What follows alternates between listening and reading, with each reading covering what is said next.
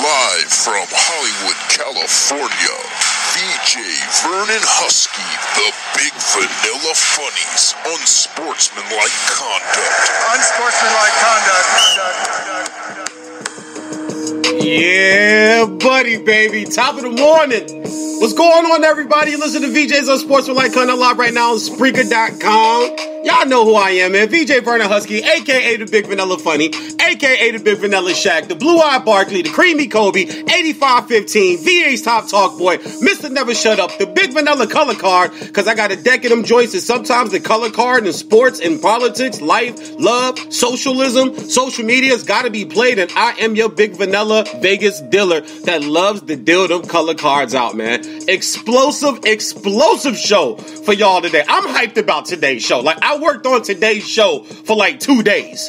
Well, really 3 or 4 or 5 days because I just did the Junior NBA Western Global National Global Championships this weekend in Ladera Ranch, California. I will have on head coach from the San Diego Wave, my man Kareem Horton, will join the show today, and also his very classy, very talented, and very beautiful, sweet young black princess, Miss Bria Cunningham from the San Diego Wave, will also be joining us live. I will talk to both of them about what it felt like to win the tournament and what it feels like to be going on to Orlando to compete for the World Universal Galaxy Championship. That's what they should call it. They should call it the Universal Galaxy Championship. That means if a 14-year-old girls team come from Jupiter, you can challenge them and roll the ball and be like, yo, game up. What y'all got for me today? Also from Fox Sports 1, my man, my mentor, really good friend of mine also too, Mr. Rob Parker will be in the building. I will allow him to gloat and give him his props for calling the Toronto Raptors in 6 for the NBA Finals. And we'll talk a little bit about the NBA Finals, and we'll go on. We're going to talk about the free agency coming up. We got the NBA draft tomorrow. We already had a big trade last week, over the weekend, that we'll get into. And to welcome in also my man, Jason Dumas, reporter and sports anchor from KRON4 in San Francisco, covers the Niners, the Raiders, the Giants, and the Warriors. We'll talk to him about the Warriors. We'll talk to him about Steph Curry. We'll talk a little Boogie Cousins. We'll talk a little Klay Thompson. We'll talk a little Kevin Durant. Shout out to the DMV, PG County. What's good, Kevin Durant? What up? DMV, what's going on out there? I need my listeners out there in DMV. How are you guys not in the top 10 of my listening demographic? I got LA, I got New York, I got Atlanta, I got all these other listening demographics, but I do not have my home area. I don't understand. I don't get that. I don't want to use the H word, but y'all know where I'm going with that. So great show for you guys, man. You guys sit back, buckle in.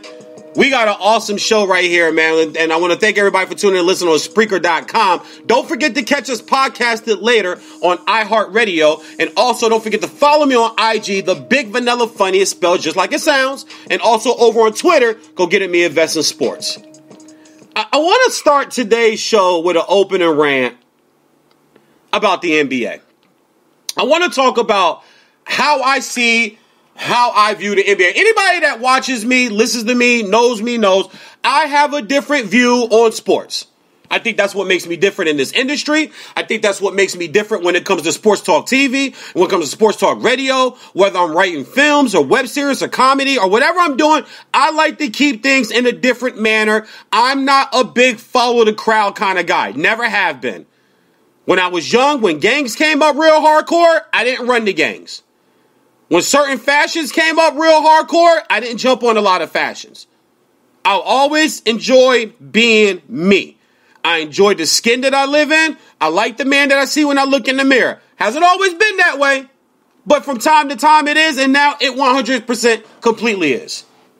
And I understand that the NBA and basketball is a sport that we all love. As I mentioned, I was just down watching some great under 14 and under 13 and 14-year-olds play for the Junior NBA Global Championship, boys and girls. I saw some great kids. I saw some great talent. I saw some great coaches. I saw some great parents. Shout out to all the parents there for keeping your composure. There was no beef. There was no fights. There was no ignorance. There was none of that occurred this weekend. It was a beautiful thing because we do know in youth sports, we see crazy stuff like that. There's a video on Twitter right now circulating around of these parents fighting and duking it out in a melee at a baseball game over a call from a 13-year-old umpire. First of all, why the hell do you have a 13-year-old umpiring games? That's so unfair. I don't want to hear about opportunity, the chance to do so. 13's too young to have to deal with that because you got all these ignorant ass parents in the crowd. But that's a sidebar.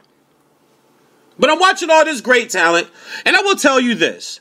I really do hope that the new wave of players that are coming up really take a lesson from the OGs. Don't take too many lessons from the millennials when it comes to sports. Take the lessons from the OGs. And I'm going to explain what I mean by that. The NBA, to me, is the pro sports housewives show. The NBA to me is the choose your own adventure book. Now, you young buckaroos, you little young whippersnappers, little young thundercats, y'all don't understand. I don't think y'all know what choose your own adventure. And if you do, excuse me, but I didn't know if they still made choose your own adventure books. But older heads remember choose your own adventure books, where you would open the book and you would start the story, and then you got to kind of choose which way you want to go. If you want Joshua to take the lamp and go inside the cave, go to page 42. If you want Joshua to take the sword and get in the boat and go across the river, go to page 36. OGs know what I'm talking about. I used to love choose your own adventure books. But the NBA is not only the pro sports housewives, it's choose your own adventure books. The NBA has turned into AAU for millionaires. Spoiled, entitled. The housewives part, pretty on the outside, a lot of issues on the inside. Choose your own adventure.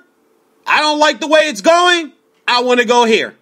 I don't like it over here. Now I want to go here. Oh, I really want to be here, but when I get here and I find out what really it is, oh, now I'm going to make a stink about it. Now I'm going to act like I don't want to be here, and I'm going to let my mind be infiltrated by other people, and now I want to go here. The NBA, and I got to say it, it's always had its issues of corruption, its issues of conspiracy theory, refereeing, different types of things that have happened when it comes to certain games and certain Western Conference finals. You guys remember what I'm talking about. OGs know. Young buckaroos don't know. They don't remember the Kings and Lakers series. We do. They don't remember the Lakers and Trailblazers series. We do. They don't remember Donaghy, the official. We do. The frozen envelope for the Knicks for Patrick Ewing. We do. Derrick Rose going to his hometown, Chicago. We remember. LeBron leaving Cleveland. Cleveland getting 2 of the next 3 number 1 picks. We remember. There's always been these stories. There's always been these conspiracy theories about the NBA. Enter a players type of commissioner. David Stern was more for the owners in the league. Adam Silver is a players guy. That'll lead me over to the recent news of AD being traded to the Lakers. Now, this is as BS as anything that I've ever seen, other than when they wouldn't allow Chris Paul to be traded, and they blamed it on the fact that the New Orleans Hornets at the time, not the Pelicans, they were the Hornets at the time, did not have an owner and blah, blah, blah, blah, blah, BS, BS, BS, a little more blah, blah, blah, sprinkle a little more BS, and then we'll finish it with blah, blah, blah. Now, when I look at this deal, and I look at how all this broke down, I was actually looking at some notes from a previous show that I've done back in January 29th. If you guys go to my Twitter and go to my Instagram, I posted a picture of the notes. I talked about how no matter what, this trade was going to get done because there's a certain guy that wanted this trade done. And I'm going to be honest with you. I've lost a lot of respect for AD, and I've lost a lot of respect for that gentleman because this is the same man who had just swept Portland a year ago. They were just in the second round. I'm trying to figure out where this unhappiness started to settle in just a month and a half into the season. I'm really trying to figure out how this happened. Where did this unsettledness settle in? This unhappiness you were feeling all of a sudden. Oh, you fired your agent and you hired Rich Paul, who is an agent under Clutch Sports, who is owned by LeBron James. If anybody thinks that this is a coincidence, you're fooling yourself. This is collusion. This is corruption within the league. I don't agree with a lot of stuff that Charles Barkley says, but Charles Barkley said it best a week or 2 weeks ago, where he said, Rich Paul is trying to bail LeBron out of LA. He's trying to bail him out. They purposely went and signed who LeBron wanted to come play there, and then said, listen, you're going to make us stink. Don't make it as bad as Jimmy Butler did in Minnesota, but let's make us stink so we can get you where we're trying to really get you to.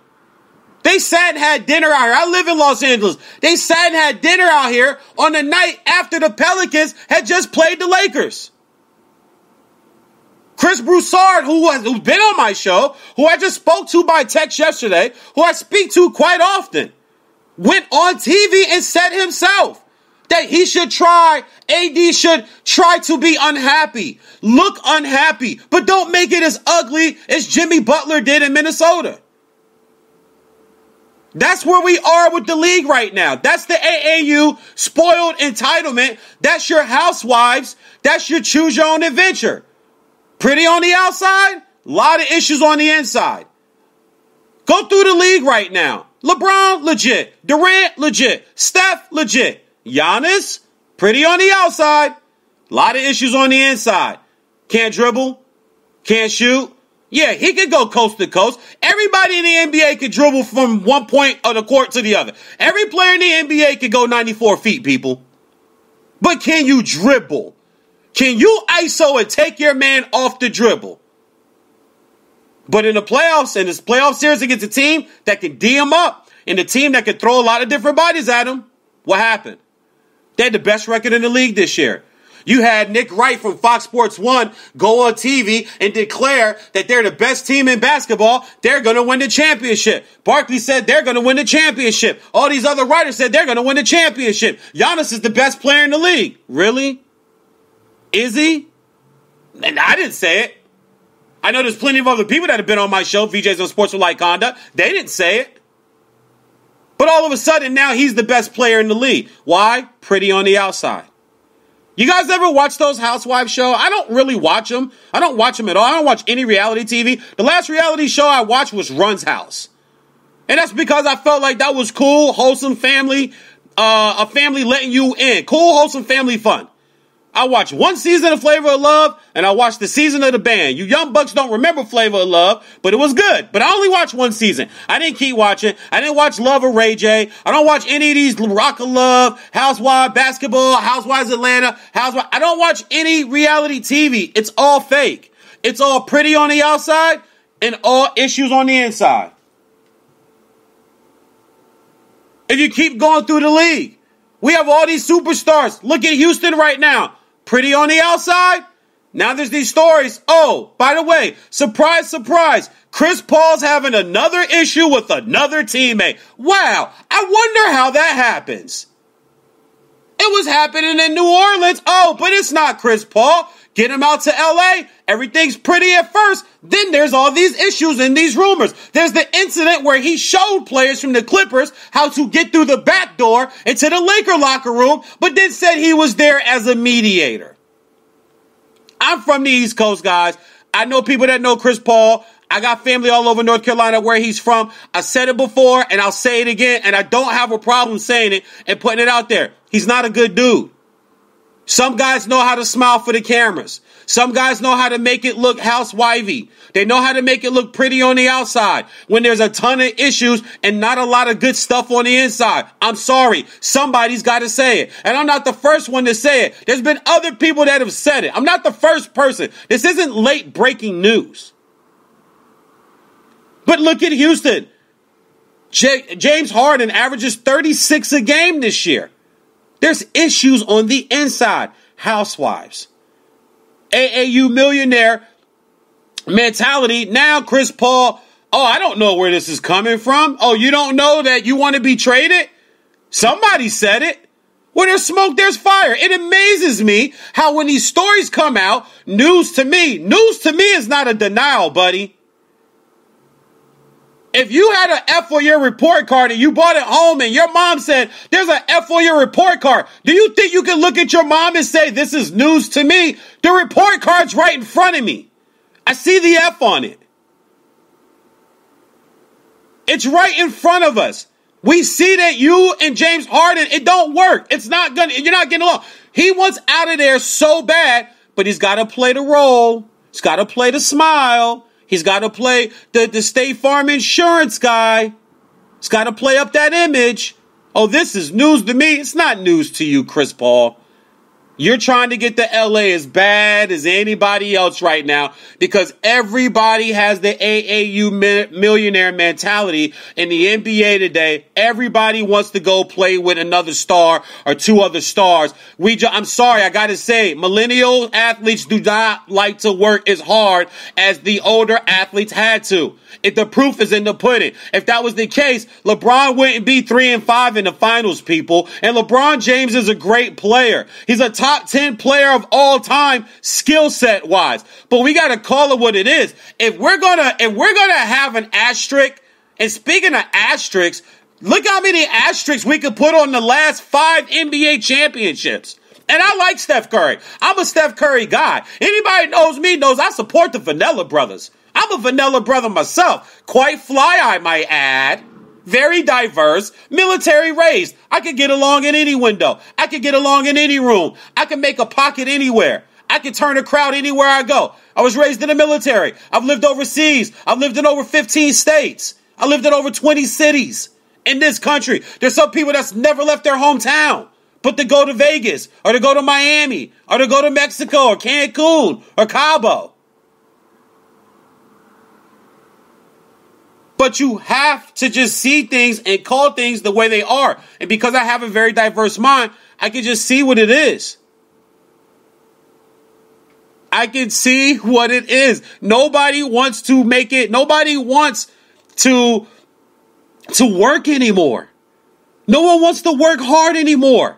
When's the last time you seen a video posted on social media of NBA teammates working out together in the offseason? Somebody tell me when. Tag me in it. Post it on Vesn Sports, VESN Sports, on my Twitter, and tag me in it, and I'll apologize. I'll come on live radio, and I'll take it back. I'll apologize. But where is it?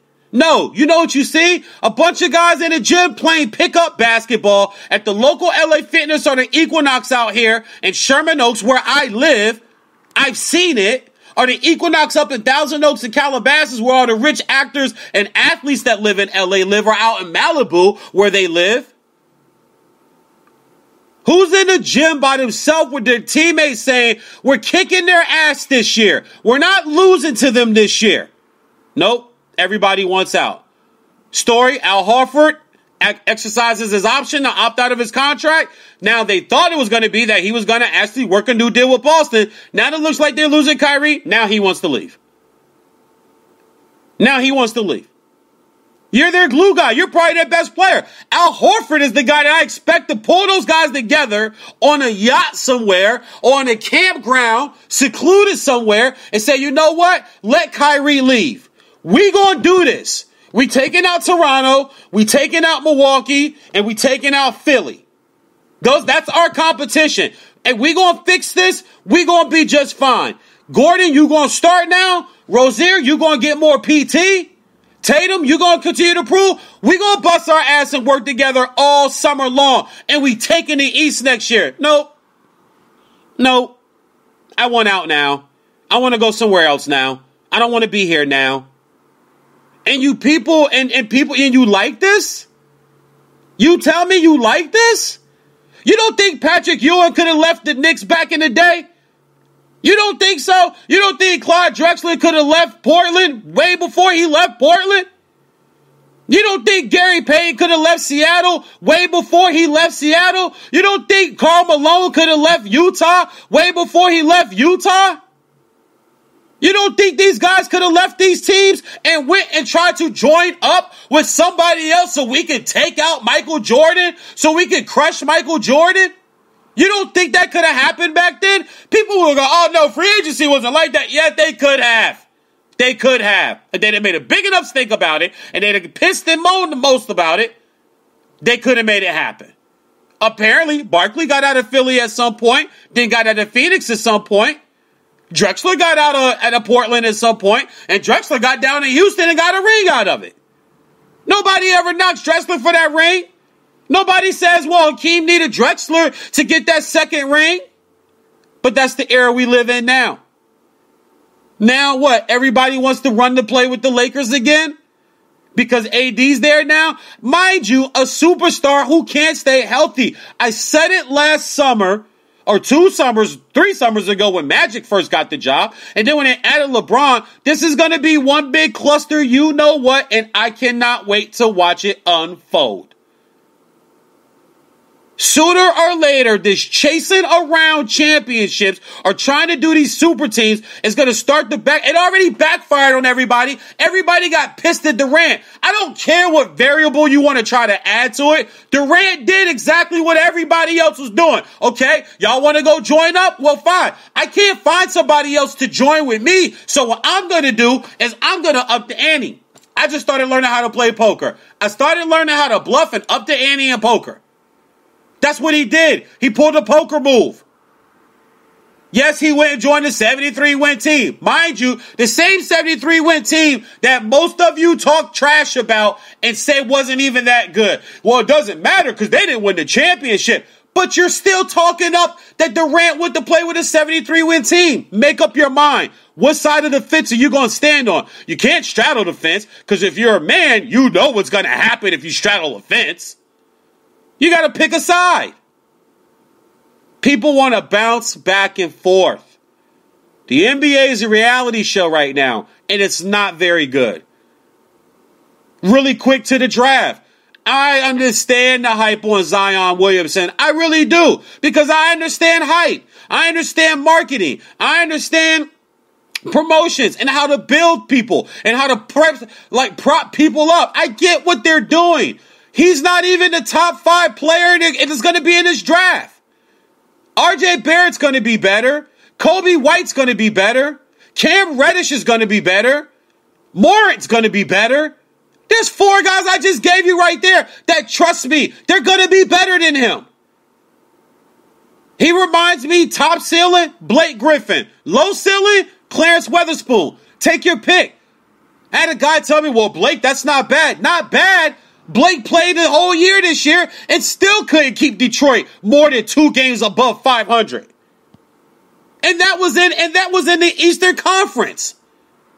Are you kidding me? I've been telling people about Blake Griffin since Oklahoma. He's not that guy. But because ESPN and Fox and CBS Sports and all these networks and all these internet people and all these websites and social media, if you're going to post so many dunk,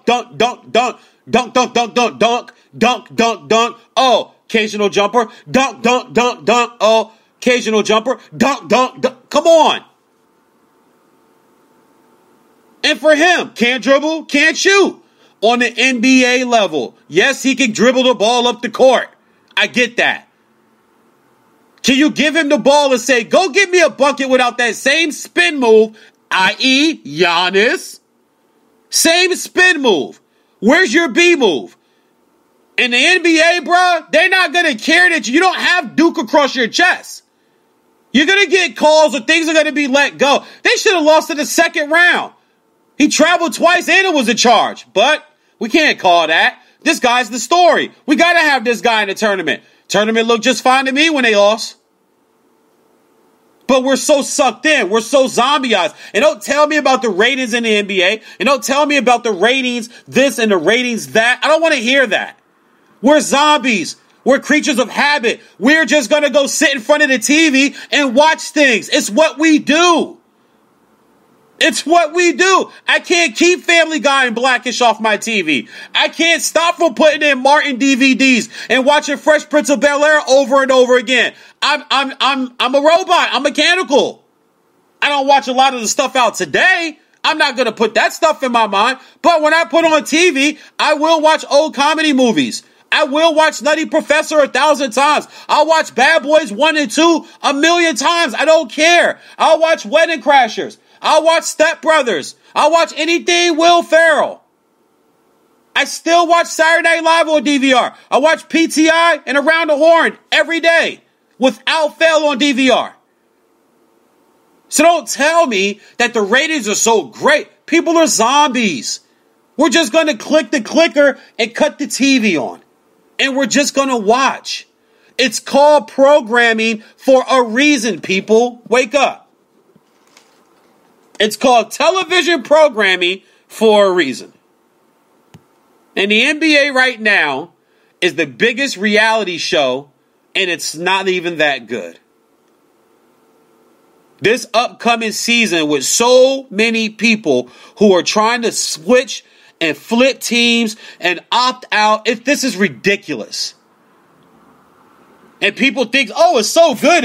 No, it's not. It's not good. This is not good. The Cavs and the Warriors in the finals for 3 straight years, that was not good. Toronto winning the championship this year, basically because there's no Kevin Durant. It's not. The finals left me feeling empty, guys, just as a basketball fan. I didn't have a horse in the race. I had a few wing bets with a few gentlemen. Well, we bet wings. I don't bet money. I got kids, man. I got responsibilities. I ain't got money to throw away. But I'll cop you some wings. We can go sit out, have a ginger ale, a strawberry daiquiri, and have some wings.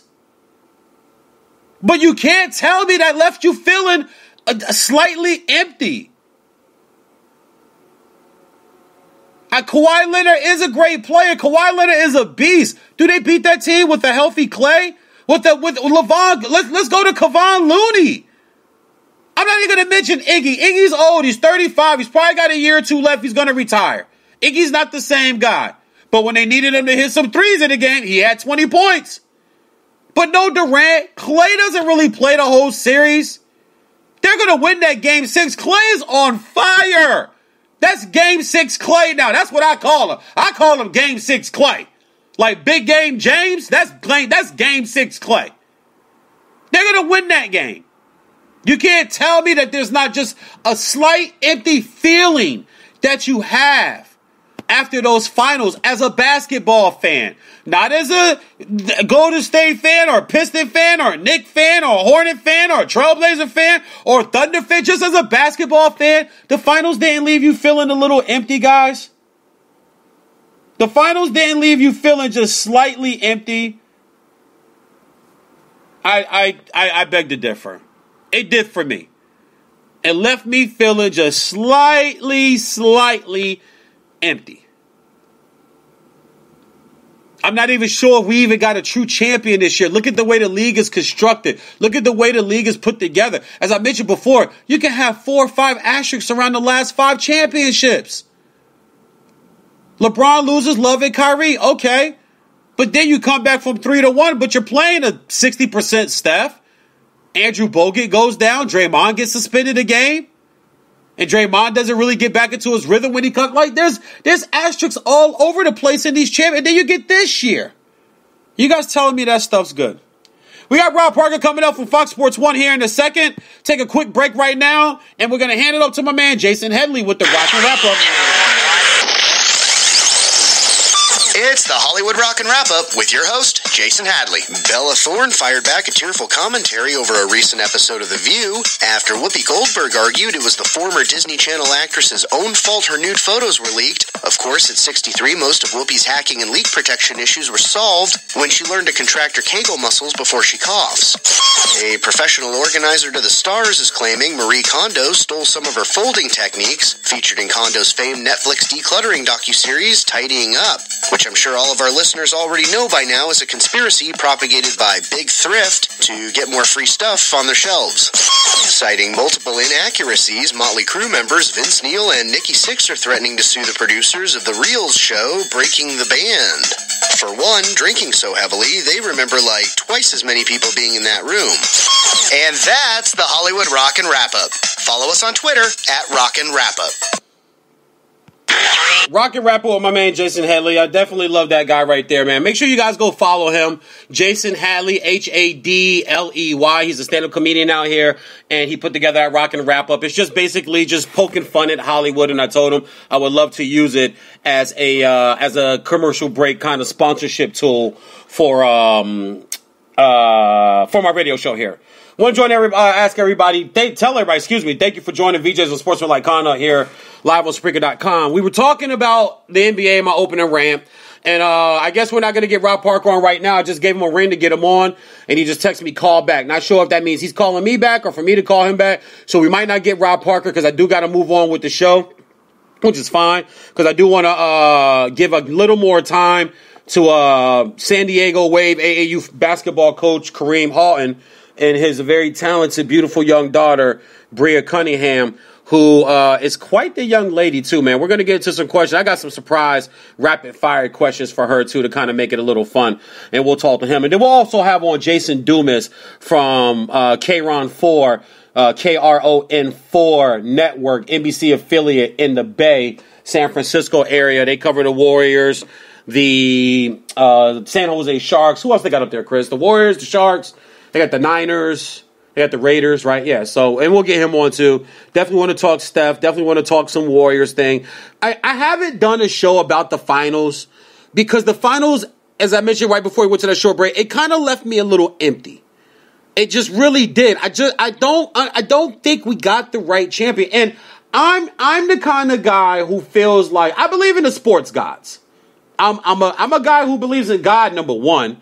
I'm not a big Bible toter, not even a big churchgoer, but I do get on my knees and pray, and I do understand that there's somebody that is in control of all of this, and there's somebody at some point who regulates all this karma, good and bad, that happens in life. I don't think it's science. I don't think science has anything to do with karma. I think the universes, I think the cosmos of the world.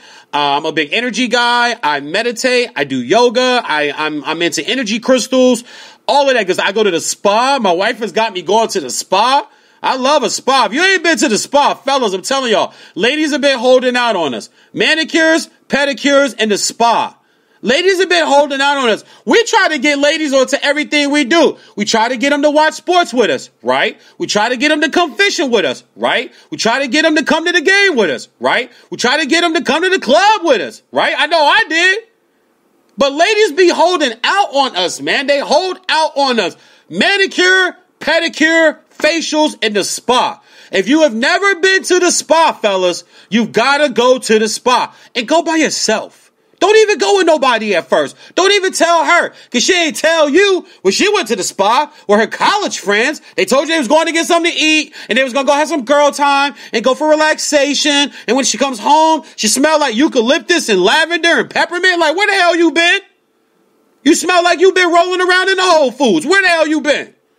Oh, we just went and had brunch and had mimosas, and one mimosa turned to 2, and 2 turns to 4, 4 turns to 8, 8 turns to 16. Yes, 16 damn mimosas, honey.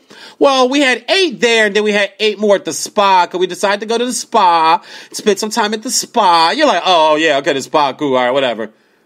Man, I went to the spa, bruh. Fellas, go to the spa. Anyway, on the NBA Finals, I felt like it left me a little empty. I believe in the sports gods. I believe that the sports gods make sure the right team wins. They make sure that the right players are justified and vindicated, and they make sure that the right teams win. And I understand that the Warriors were beat up. They had some injuries. We all know about Durant. We watched on national TV as his Achilles went pop goes the weasel. We watched on national TV as Klay Thompson's ACL went pop goes the weasel. And you knew from there that it was over. When Klay goes down, we knew it was over. But it left me feeling a little empty. I will say this, though. I think that the reason why this happened the way it happened is because the way Kawhi was treated in San Antonio. In the way that irresponsibly, a lot of journalists, a lot of sports talk TV people tried to say that he was faking an injury and he really didn't want to play and all this other BS trying to damage that man's name. I think this was his way of coming back and saying, regardless of however we want to put an asterisk by it, and I kind of do believe there's an asterisk by it. But at the end of the day, when he's sitting in his rocking chair on his back porch out here in Riverside, California, Corona, where he's from, and he's got his grandchildren all around him and maybe a couple of great grandkids, he can hold up those 2 rings. I got one in San Ann, and I got one in the north, but north of the border. I got one up in Toronto. He has that on his record. He has that legitimately on his resume. We're going to try to get Rob Parker in right now. I do believe that we are going to be able to get Mr. Rob Parker and bring him in live right now on the Vanilla Sports Batcave. From Fox Sports 1, a mentor of mine of sorts, a young budding friend of mine, one of the better guys in the industry. There are a lot of guys in this industry that wear a mask. I can honestly say this gentleman does not wear a mask, and I can honestly say nobody has assisted me in this industry as much as this gentleman has, so it's always mad props to him. He's been Journalist of the Year. He's got some of the coolest stories about him and Spike Lee sitting on the train going from New York to Philly back in the day when he was a beat writer for the New York Times covering the Knickerbockers and playoff games. Just one of the great all-around guys in the industry, man. And I have to give him his props, as I said it would on live radio, even though his old Canada rendition was one of the worst things I've seen on radio, on TV radio, on the internet in the last week or so. But my man, Mr. Rob Parker, what's going on, Rob?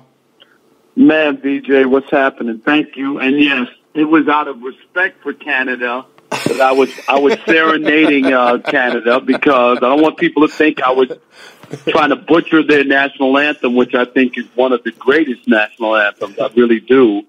But I was thrilled for Toronto, and I picked them to win in 6. Yes. And 1 chicken wings from you and 19 other people. So I'm thrilled about it. Well, listen, I'm going to tell you this, man. I'm actually, I don't know if you follow me on IG, but I'm actually quite the chef. I went to culinary at 19 years old in Washington, D.C., so I make a really, really bomb homemade barbecue sauce and chicken wings. So what I'm going to do is I'm going to make you and Chris Broussard a big old batch of them, and I'm going to bring them over to the studio for you guys. And I want you each to taste one in front of me, and you tell me you've had a better chicken wing than a VJ chicken wing at any of these spots out here in LA that you guys go to.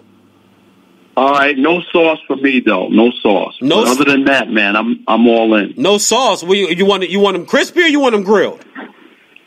No, grilled is fine. I just don't do the sauce, man. I'm trying to stay slim, so I no sauce, but it's all good. And you are staying slim, so props on calling that. So let me ask you this, because your tagline has been no KD, no title. Was that your 100% complete reason for making that call? Just no KD? Absolutely. The Warriors, I'm sorry, the last time we saw them without KD, they choked down a 3-1 lead. So I didn't believe that they would be able to beat Toronto without KD. If they had KD, it would. There's no question in my mind they would have won. So it was all about KD. I think he's that important to that team. And people can say, well, they won before he got there. I mean, that was 5 years ago, and I'm I'm not taking anything away from them, but that was also when the Cavaliers didn't have Love or Kyrie. So those are just facts. So I looked at what Toronto was able to do, especially in shutting down Giannis, who had run through the East, and win 4 games in a row against Giannis. So I believe truly that Toronto was going to win. And I didn't doubt for 1 second.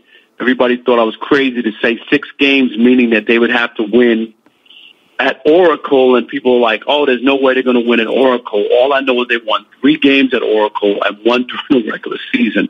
They were 4-0 at Oracle. It's not a place where you can't go and win. I saw the Clippers win a couple of games there in the first round. The Clippers won 2 games there with KD on the team, a healthy KD. So Oracle, while it's put to rest now, wasn't that place that it was maybe 4 or 5 years ago when it was almost impossible to win there. No, I agree with you. 4 or 5 years ago, it almost reminded me of Salt Lake City. You remember back in the day when Salt Lake City, man, you couldn't go in there and get a W to save your life. I mean, nobody can go win a game in Salt Lake City back in the day. No doubt about it. The old Salt Palace. Yes. And I covered, games there. Started covering the NBA in 1987. So absolutely, it was a very tough place to play. But Oracle's not like that. So I guess we'll check out, what is it called? Chase Field or Stadium? I think it's going to be Chase Arena is the name of the new stadium. Chase Arena. Yes, that's going to be in downtown San Francisco. Speaking of the finals, as a basketball fan to me, Rob, I honestly, it felt me just, I felt just like a little empty because of no KD, and then Klay blows his ACL. Did you kind of, as a basketball fan, now with no horse in the race, did you feel fulfilled with the finals this year? Did it kind of leave a slight empty feeling with you also? Am I kind of standing alone on this one?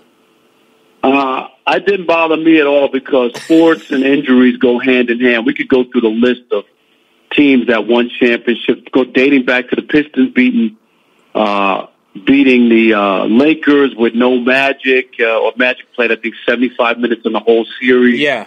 And who else was hurt? You know what I mean? Like Byron Scott missed the entire series, I believe. And Byron Scott, exactly. And I just brought up when the Cavaliers lost a few years ago. There's just been a lot of situations. The team that's most, healthy and is hot at the right time can win, and it's just a part of it. And the other team, I don't want, like if you're Toronto, they didn't do anything wrong. You got to play who's available. Oh, true. Play who's out there. So I just looked at it for it is what it is, and it's kind of weird that maybe their dynasty started with them winning a championship when their opponent had people hurt, and it wound up being the way that their dynasty ended. Kind of came full circle. AD to the Lakers. It's the big story. It's the big news. A lot of us could see this coming. I really don't get the people online saying, I told you so, I told you. I think we saw this coming. LeBron wanted it done. He fires his agent. They hire from Clutch Sports. They hire Rich Paul from Clutch Sports. This kind of goes hand in hand. I don't like to use the word collusion, but I've seen really kind of freaky things happen in the NBA where you kind of just look side-eye at it like, yeah, okay, we can kind of see what this is. I personally do not think this is good for the league. What is your thoughts on this whole AD to the Lakers? And now you got Horford opting out. He doesn't want to go back to the Celtics. You got this whole issue happening in Houston where Chris Paul, it seems like he's trying to get out, even though he tweeted, "Oh, news to me." Well, news to me is not a denial. Something's going on there because where there's smoke, there's fire. It's always shown that in sports. Do you think this is really good for the NBA, Rob?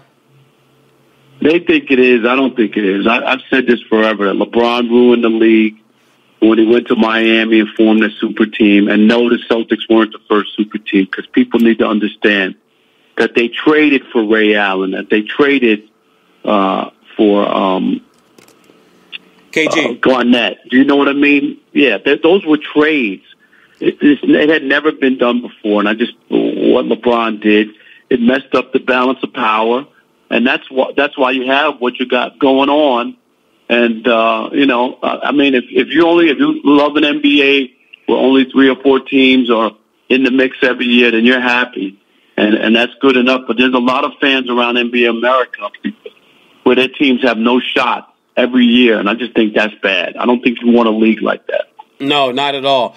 The draft tomorrow, Zion Williamson is, probably going to be the number 1 overall pick, but I like a Cam Reddish. I like a Morant, maybe number 1 being a better player. I really think Kobe White out of Carolina is going to end up being a phenomenal player in the NBA coming out of this draft. And then you hear these stories of players he don't want to play in New Orleans and this and that. And I opened my rant this morning by calling the NBA the Pro Sports Housewives mixed with a little Choose Your Own Adventure, if you remember those books, which I'm sure you do. And now it looks like it's just AAU for millionaires, spoiled, entitlement, pretty on the outside with issues on the inside. And if I don't like what's going on, I want to choose a different adventure. I want to go here and there with that. Am I on with that with the NBA? Is that kind of how you feel and how you see it? And would Zion be your number 1 pick tomorrow night?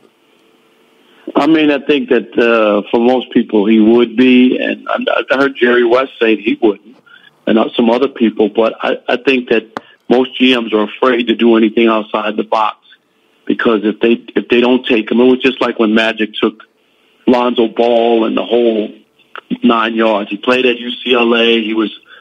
He's a local kid, right? And the worst thing you could do is what? Not take him, and then he becomes a star, and then people say Magic didn't even know this guy was a star, and he's in his own backyard. So you almost get forced into certain things because of that, because it could cost you your job. So I think guys are just kind of follow that suit. But yeah, it's just where the NBA is now. It's unfortunate, and I'm all for players having free agency and all the other stuff that goes with it. I'm not against free agency. What I'm against is forming teams that buck competitive balance. It's like the AAU mentality, where at one time guys wanted to be the best player in L.A. or the best player in New York. They didn't team up with the other 3 best players in the city and then beat nobody, you know what I mean, and go undefeated in AAU. Yeah. Well, you didn't beat anybody. Well, I mean, I don't know how you get any joy or pleasure from that at all. So that's the part that surprises me about some of these guys who are supposedly competitive. No, I'm with you on that, man. Rob Parker from Fox Sports 1, Undisputed. You guys can catch him. He sits in on Colin. He has The Odd Couple. The Odd Couple is a great radio show. I listen to you guys as much as I possibly can and actually learn and feel like I get smarter during radio. Can't wait to come back in studio and talk some trash with you guys, man. And I thank all of the stuff that you've done for me. And we appreciate you, brother. I'm going to let you roll and let you enjoy the rest of your day, buddy. All right, appreciate it, BJ. Anytime, man. Stay well. Thank you. I will. Rob Parker, Fox Sports 1. Thanks, buddy. Oh, there you go, guys. There's a voice. So I'm not by myself. There's a voice from a power source that works on TV, been covering the NBA, as he said, since 1987. He feels the same way. And maybe we're the old guys now. That's fine. I'm not saying that what they're doing is bad. I just don't think it's good for the NBA. I don't think it's good for viewership. I'm not sure where we're going with this. Like, there were a time people want to try to say, now, well, we knew Jordan was going to win every year. No, we did not. In 1994, the Bulls were down in the Eastern Conference Finals 2 games. They were down 2-0 to the Knicks. And there are a lot of people that thought the Knicks had them. And then the Jordan mystique kicked in, and Pippen kicked in, and Paxson kicked in, and Horace Grant kicked in, and Phil Jackson's triangle and Tex Winters kicked in. They won 4 straight. But there were times they were down. Even in the finals, people try to say, oh, they didn't play anybody. That's Seattle. Gary Payton's a Hall of Famer. Sean Kemp should be a Hall of Famer. Drexler is a Hall of Famer. Charles Barkley is a Hall of Famer. Kevin Johnson on that point guard on that Phoenix Suns team should be a Hall of Famer. Stockton Malone, Hall of Famers. And if people remember, Stockton Malone, back-to-back years with the Utah Jazz, those series were tied up at 2-2. Tied up at 2-2. The only time they went up 3-0 on anybody, I believe, was the Phoenix Suns. Excuse me, not Phoenix, Seattle. They went up 3-0 on Seattle. Seattle beat them 2. That's when it used to be 2-3-2 was the format. 2 games at home, 3 in a row, then the last 2 at home if necessary. They won the first 2 in Chicago, and then they went up to Seattle, and in Game 3, before you blinked your eyes, it was a 20-point lead in the first quarter. And that series was done. He took Sean Kemp, and Sean Kemp and Payton had just battled 3 years in a row to try to get past the Spurs, David Robinson, Sean Elliott, and those guys. Chuck Person. They had battled to try to get by Stockton and Malone. If you remember, Payton and Kemp got to a finals before Stockton and Malone did. They were battling those guys, battling the Rockets. The Rockets were coming off of back-to-back championships. And they finally gotten over the hump in the Game 7 at home against the Jazz in the Western Conference Finals and got to the finals. And we're hot and we're rolling. People don't even remember Sean Kemp averaged 31 those finals. Go look it up. Sean Kemp was a man-child. Nobody could deal with him. They didn't have Michael Jordan. This idea that the eras are the same, or this player could play in this era, this could play, it's wrong. And the competitive balance, as Rob just said, is completely gone. It is a strictly AAU mentality in the NBA now. And I'm not a big fan of it at all. I don't think there's any competitive battle. Let's say the Lakers land a max free agent. Now, with Durant and with Clay gone, it's going to be a pretty much almost should be, in my opinion, a cakewalk to the finals. You still have Portland, but Portland doesn't have a big man. You still got OKC, but OKC is still just Russ and PG. And I like Adams, but Adams isn't a guy that's going to actually help carry you to a championship. And we got a mess going down in Houston right now where you think Chris Paul doesn't know what's going on. He knows what's going on. D'Antoni's whole staff got fired. He cut off negotiations for a extension on his contract. So he's a lame duck coach this year. You have Denver, but Denver's still young. And we've seen young teams come up out of nowhere. And then the next year, the expectations are now super high. And the expectations then the team then falls. Middleton, I'm reading an article right now. I'm seeing a report. Middleton from the Bucks has now opted out of his contract. Now, the word is that they want to work on a bigger deal, but who knows? We heard that about Al Horford 48 hours ago, and then 24 hours ago, he's cut that off because he wants to go test free agency. He wants to go play with another team now. Jimmy Butler's a free agent. Tobias Harris is a free agent. I said from the beginning, I kind of want everybody to just stay where they are. Let's run it back. Like when you go to the court and you lose and you say nobody else is weighing, run that back. Ball up. Don't go nowhere. No drink of water. No drink of Gatorade. Ball up. Let's go right now. Don't go kiss your girlfriend that's sitting in the bleachers. Ball up. Roll the ball right back. Run that back. Kawhi, stay in Toronto. Kyrie, you got 1 year left on that deal. Why not stay in Boston and just run that back and see if you can work that out? You're going to go to Brooklyn and do what?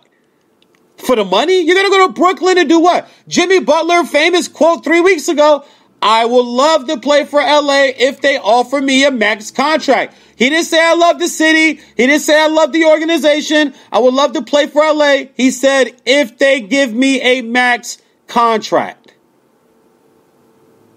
That's red flags to me. That means it's about the money. And I just don't think his personality is even going to become close to meshing with LeBron James and meshing with LeBron James and meshing with Anthony Davis. There was trouble in Chicago. There was trouble in Minnesota.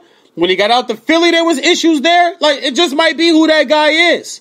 You want to add that to the Lakers and LeBron's ego and entitlement, and he doesn't play any defense. You think Jimmy Butler's going to like LeBron throwing his hands up in the air and being physically and visually demonstrative to him if he gets beat on defense or gives up a bucket? I'm sorry. I don't see that coming.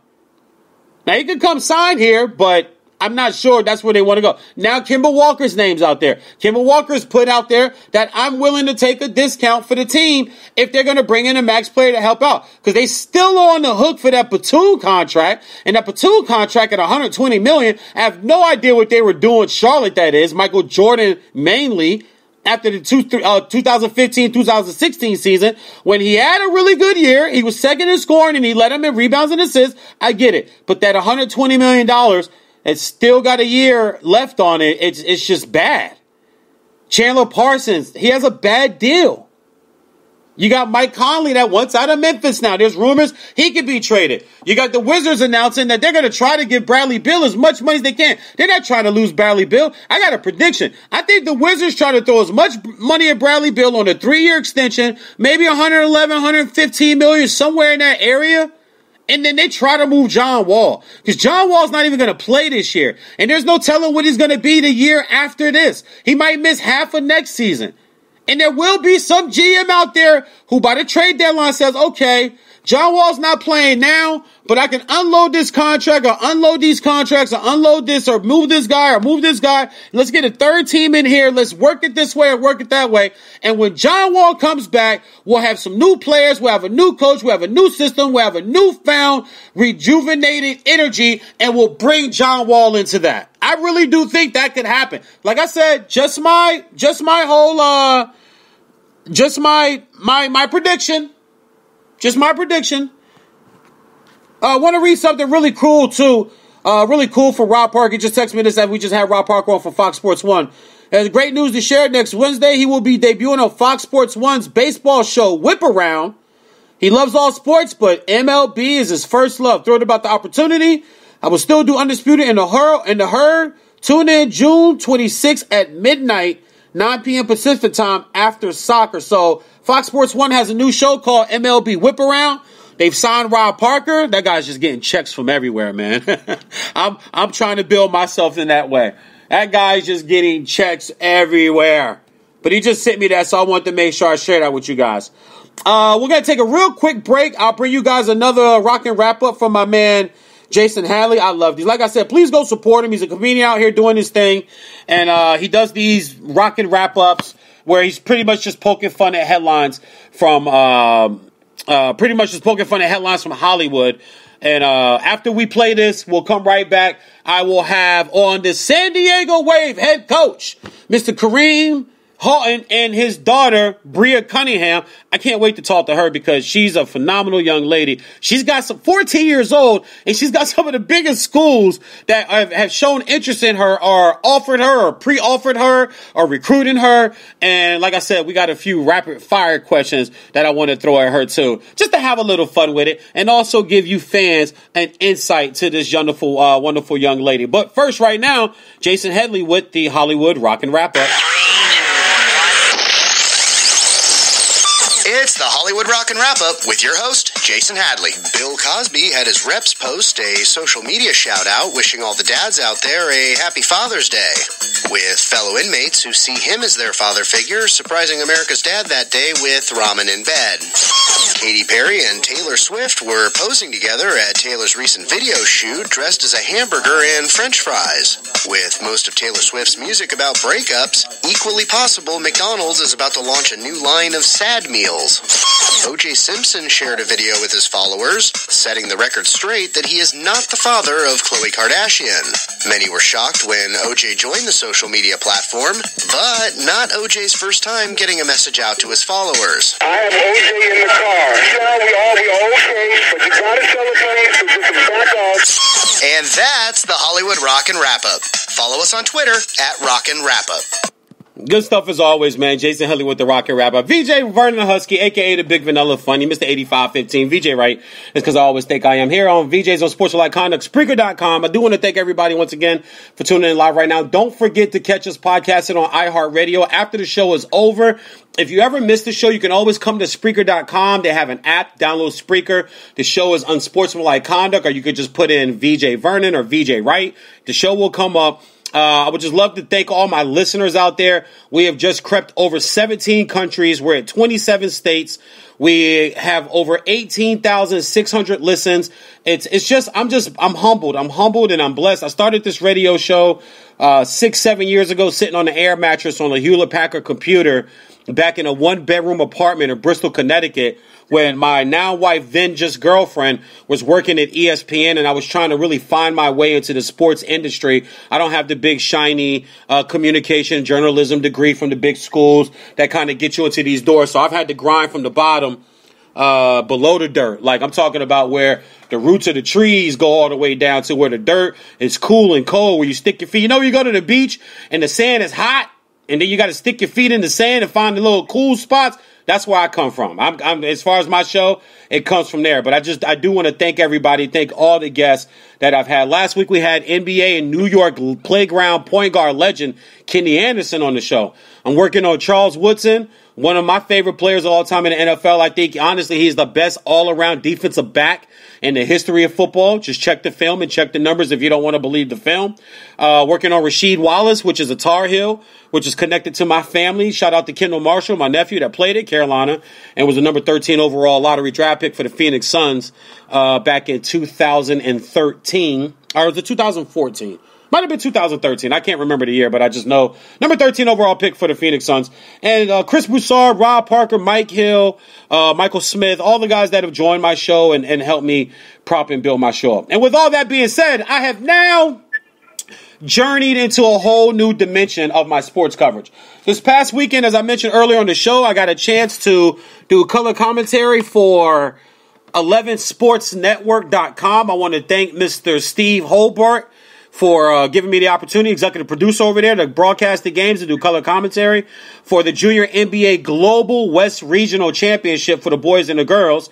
And from the girls' side, I saw some outstanding players. I saw some outstanding parents and fans, and I saw some outstanding coaches. And right now, I have one of those outstanding coaches on the call right now to talk some basketball and get more into his basketball mind. Also, too, to prop his team up and actually show his team that there are people out here who do care about some of the sports that doesn't get enough coverage. I like to put it out there, man, and I don't think we give girls basketball enough respect, i.e. by the pay differential that the WNBA is going through right now, which I think his daughter will probably be in one day. She's that good, man. Head coach of the San Diego Wave. I actually like that name. I get tired of so many elite this, team elite that.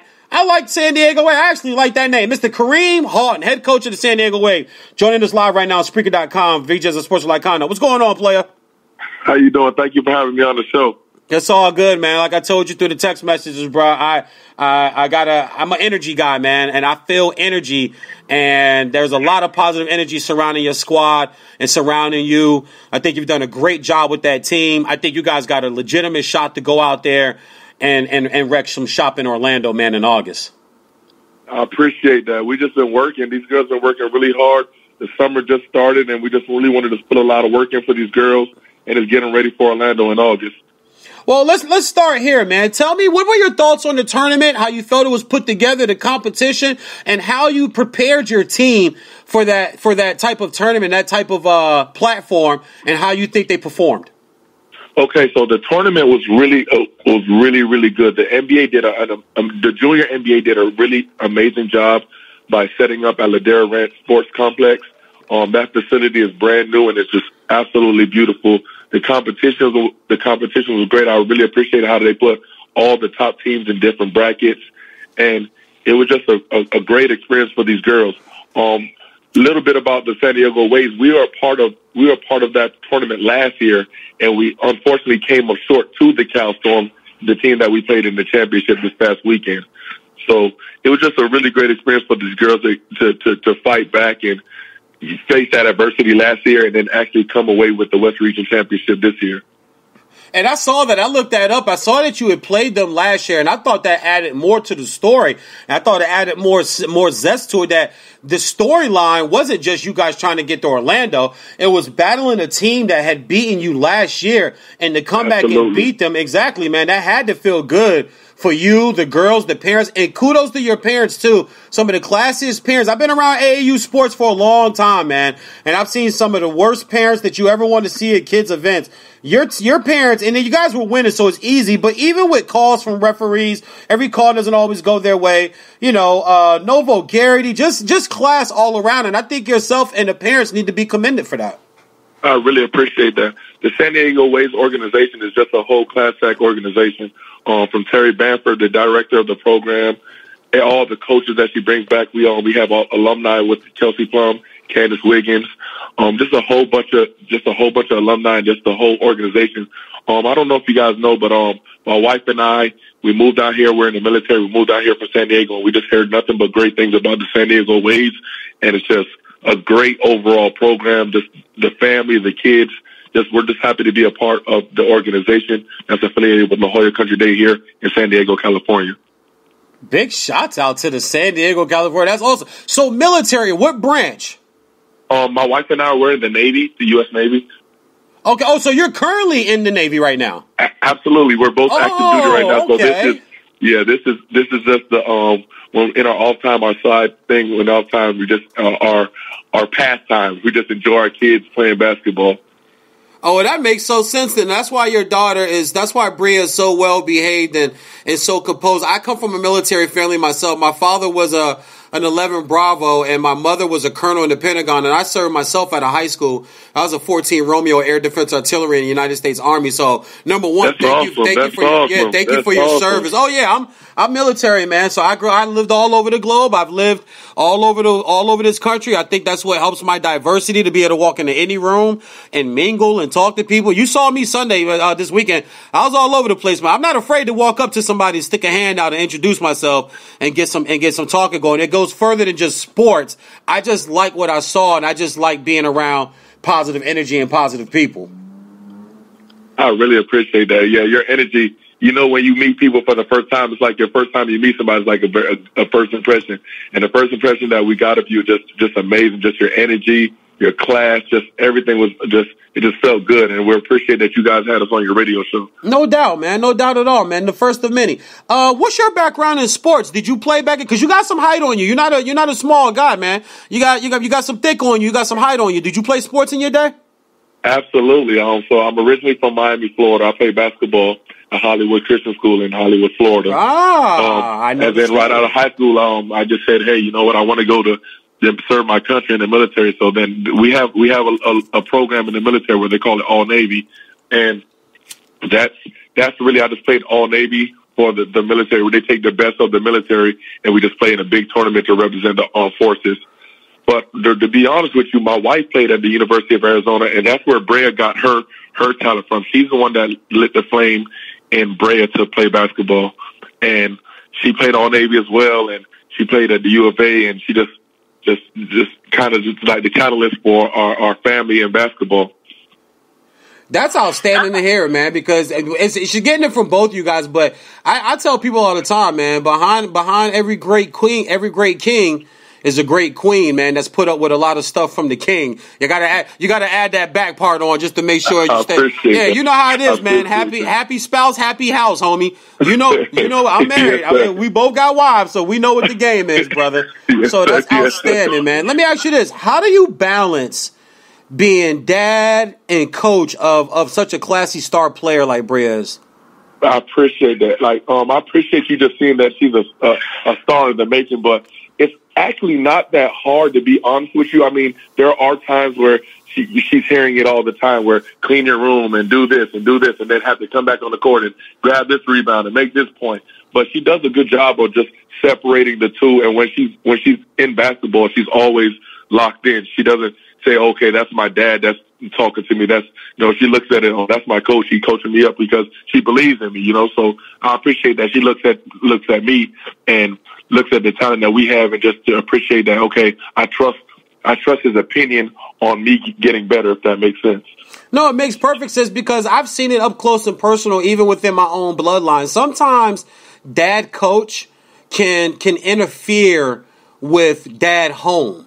And I've seen it. I've seen it 100 times, man. I've seen other parents and other I've seen it work, and then I've seen it go the opposite way. So when you told me, oh yeah, that's my daughter, that's my baby girl, man, right then and there, my respect even went up higher, because it's like, hold on, wow, okay. So not only is he the coach, and he's a really damn good coach, his daughter is the one out here grabbing all the boards, beasting in the paint, got the chance to be interviewed as the player of the game in the championship game. And before the championship game even started, I walked over to the team that called the championship game. I called your semifinal game, but the championship game, I told him, I said, 25 is your player of the game. Just trust me on that. You mark my words. Because we always like to try to put our little predictions out, who we thought were going to win. We picked you guys to be in the championship against the Storm. I thought the Sparks had a good, had a good shot too, because they have Gabby, a young lady that's outstanding, and then they also have Kennedy. And both those young ladies, Kennedy is tough. Yes, she's and they're tough. both 2024 girls. So they'll be in the Junior NBA tournament next year, and they're really, really tough girls. Yeah, they are. They're really tough. I thought your three teams were the three best teams, and when it came down to it, I said either that Sparks or that San Diego Wave team, because I called games for all three teams. I said either one of those two teams are going to win it. They just have too much talent. Their teams are just too well coached. So, last question, and we'll pass it on to Brea. You got Orlando coming up in August. So what's the preparation? How can you guys make this different than losing last year. You got the win. You got out of the region. Now you're going on to a bigger level where you're going to play people from the East, the Northeast, the Northwest, the South, the Midwest. Absolutely. How was your preparation, and what will you be telling the girls leading up to that? I think it's just we have to just enjoy this week right now that we won the West region.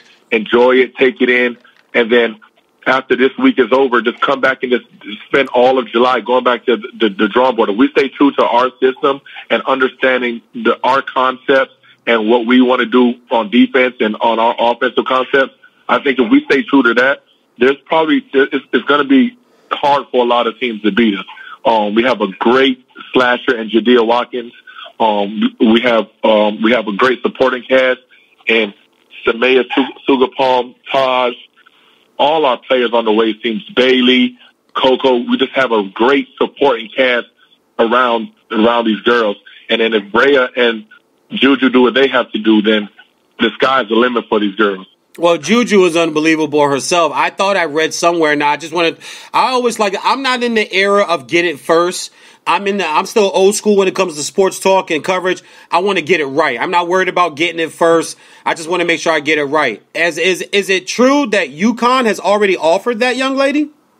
I'm not exactly sure, but okay. I could give you the absolute fact that Jadea Watkins is the number 1 overall player in the 2023 class. That's what I saw, too. I also saw that she basically is the number 1 rated 8th grader in the entire nation. And like you said... Absolutely. But she has every school looking at her. She's an absolute great kid and an even better athlete. She's just an overall great kid. She plays both sides of the basketball.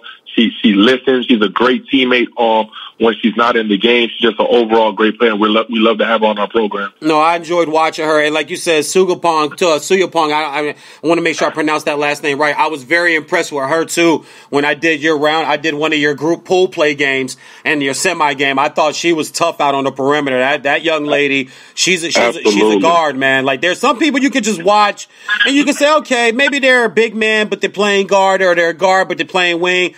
I watched her play. I said, "Nah, that's a guard right there. She's tough. She gets in your jockstrap, man, and she goes 100 miles an hour from whistle to whistle, and that you don't see that. You just don't see that a lot nowadays, where kids do have more entitlement. Social media does help kind of fuel that a little bit, and they kind of.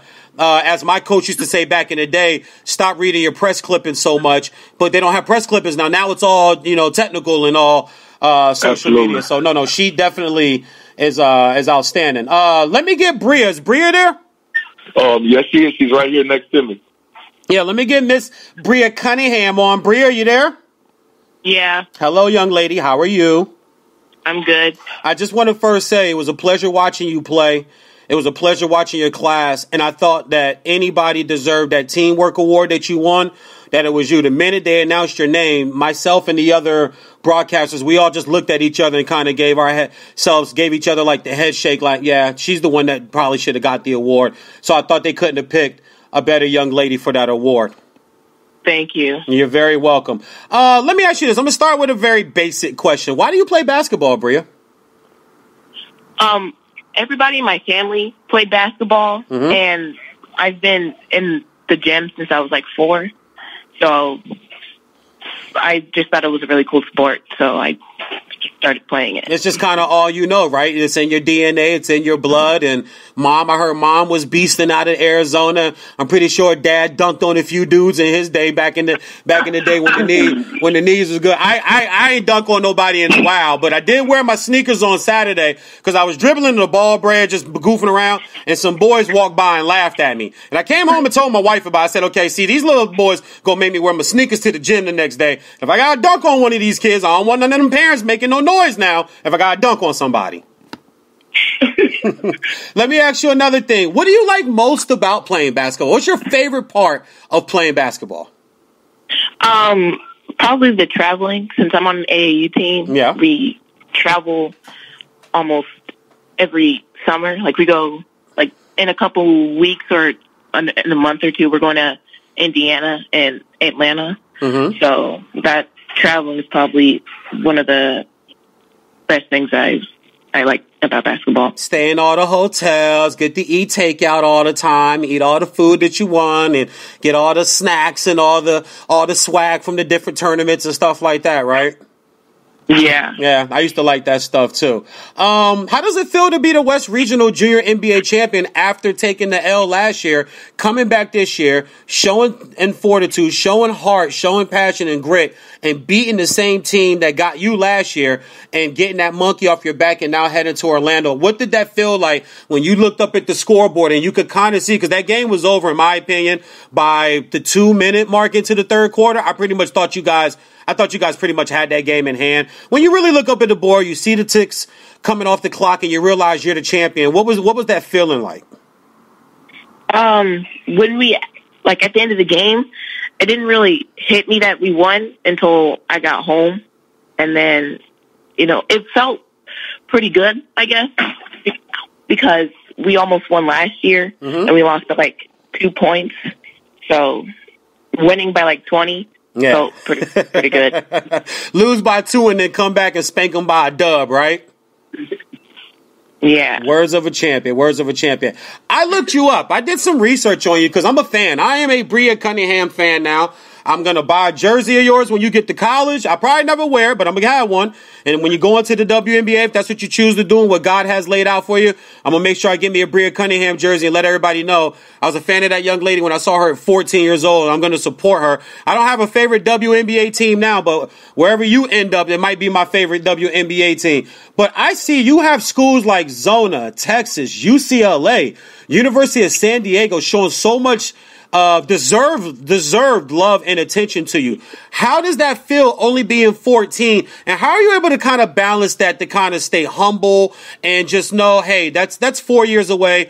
I still love my San Diego Wave. I love being a kid and having fun with it. But I mean, you got to admit, it's got to be kind of exciting. I mean, I didn't have those type of schools looking at me when I was 14 years old. How do you handle that? I don't know. I mean, I guess it pushes me to work harder because to know that I have a whole bunch of colleges like looking at me, it tells me that I gotta like keep going, because if I just stop, that's like 5 more colleges that probably won't give me an offer because I am not working out at the time. Mm-hmm. So it probably pushes me to like go to practice and get better so I can get 5 more college offers, Yeah, absolutely. I think it's outstanding. Like I said, I looked you up and I started looking at all these offers, and I'm not going to lie. I'm going to be a selfish radio guy right now. I hope you come to UCLA so I can go to the games. I need you and Juju to get together and say, okay, let's go to UCLA so the VJ guy can come to our games and watch us play. But even if you follow Miles' footsteps and go to Zona, y'all come play UCLA, still Pac-12. I'd still be able to see you in person. Don't mind me being a little selfish. Now, I got a fun part of the interview, and then I'm going to let you go. I'm not going to keep you. I like to call this rapid fire questions. I just got some random questions here, and it's just going to give people just some more insight in who you are as a person. Because I feel like in sports it's too much of the sport aspect, and we don't really get to know who people really are. And that's something about sports that I like to get rid of and try to get to know the player. So I got some rapid fire questions for you. You ready? Yeah. Okay. Favorite player? Kelsey Plum. Favorite team? The Vegas Aces. Favorite pair of basketball kicks to play in?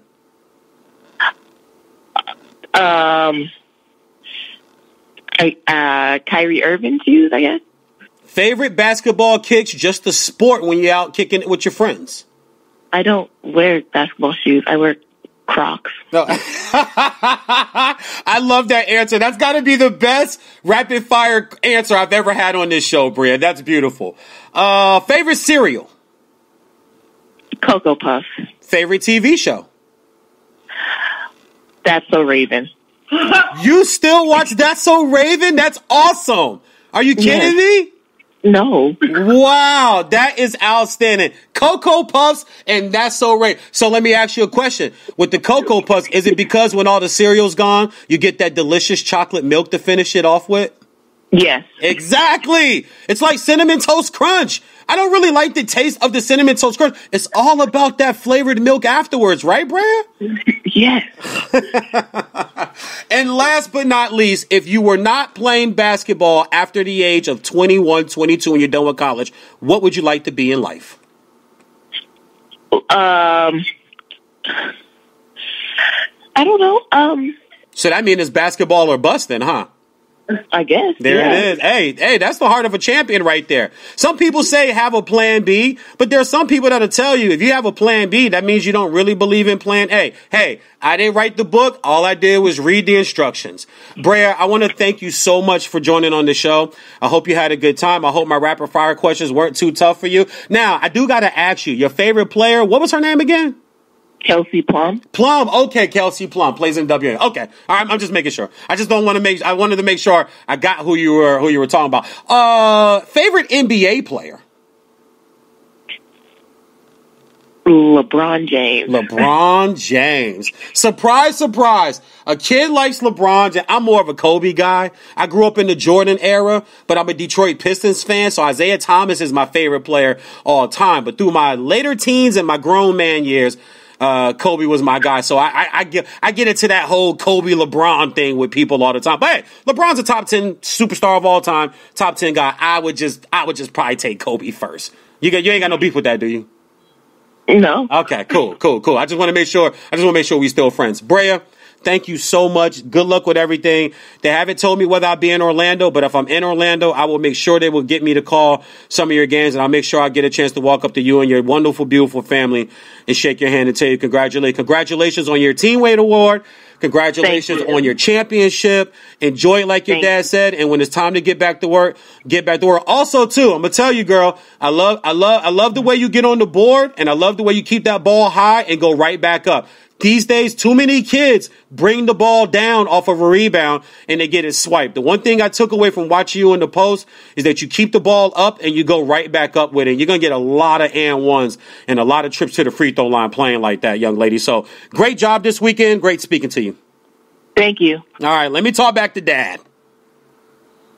Hello, how you doing? All right, Kareem. Listen, man, we appreciate you. I appreciate you letting your daughter have that type of access to the show. She's a wonderful young lady, man. She really is. And just, it's weird. I never get to talk to kids on the show. When you talk to some of these kids, you realize over the weekend, I'm watching her. She's intense. Juju, Kennedy, some of these other girls, you can see they're intense. But when you get them just one-on-one, you can see that they're just still kids again, man. And that's the beauty of it. So I want to thank you, brother. Thank you so much for having us on your show. You just got to understand she's really 14, so she still has to understand, like, she's still, like, being a kid. Yes. She might not look like she's a kid, but, yeah, she's still a 14-year-old kid. But we're absolutely blessed and just humbled to be a part of your radio show. Thank you for just believing in us, believing in the Waves organization, believing in my baby.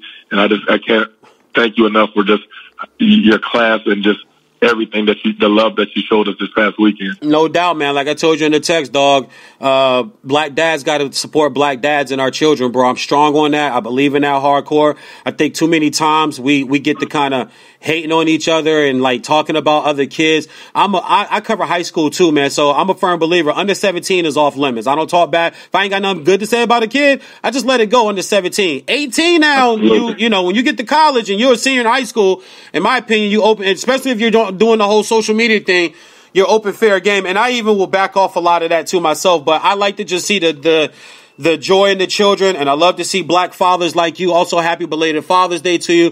Thank you. Yeah. Thank you so much, sir. But I just love to see black fathers in the role that you're in, man. And obviously, you got a beautiful black queen with you, helping raise a young black princess. Good luck to you and your team, and I'll be in contact with you, brother. God bless, man. God bless you. Thank you so much. Have a wonderful day. You too, Kareem. Coach Kareem from the San Diego Way. Wow, that was fun. See, I like talking about. I told you, here at VJs on Sports Icona, I bring y'all a little bit of everything. You tell me who else is bringing on regional winning global junior NBA head coaches onto their radio show. And I don't have to. I do it because I want to. And this isn't bragging, people. This isn't, I didn't have to bring them on. No. The fact is I did not have to, but I wanted to.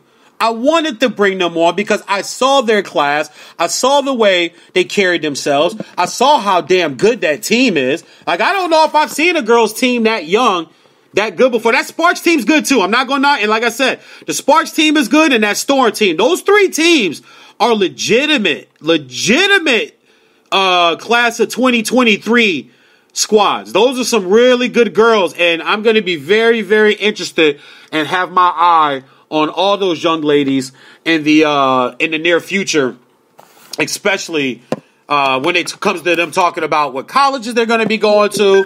And, UCLA Pac-12 is big time out here for women's basketball. There's some good programs out here. So I do expect to see some of those young ladies definitely on that level in the future. So we're going to take a quick break here. I want to get you guys another Jason Rockin' wrap up so that we can move on. I'm going to bring in and reach out to my man. We've been in contact with each other, I believe. Jason Dumas and I met back in NABJ, National Association for Black Journalists, in Washington, D.C. We met, I want to say 3 years ago. He actually is the one who put me on with Rob Parker, introduced me to Rob Parker.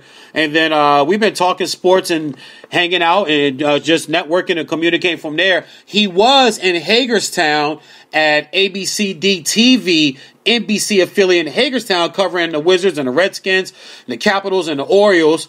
And now he is cross-country out in the Bay Area for KRON, for KRON4 in San Francisco, covering all the Bay squad. So I'm going to reach out to him, get him on, and then we'll probably wrap up the show for the day because I got to get over to Kevin Hart LOL to get on the Earthquake radio show today. And then I still have theater rehearsal tonight for a play that I'm in. Grieving Widows Auxiliary Part 2 will be this weekend at the Main Theater in Santa Clarita, California on Newhall Avenue.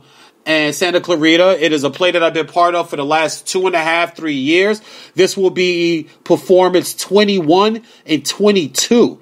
That's how many of these we have done and hundreds of rehearsals. So I got things I got to move on to this. So I'm going to take a quick break with a Jason Rockin' wrap up, and we'll be right back.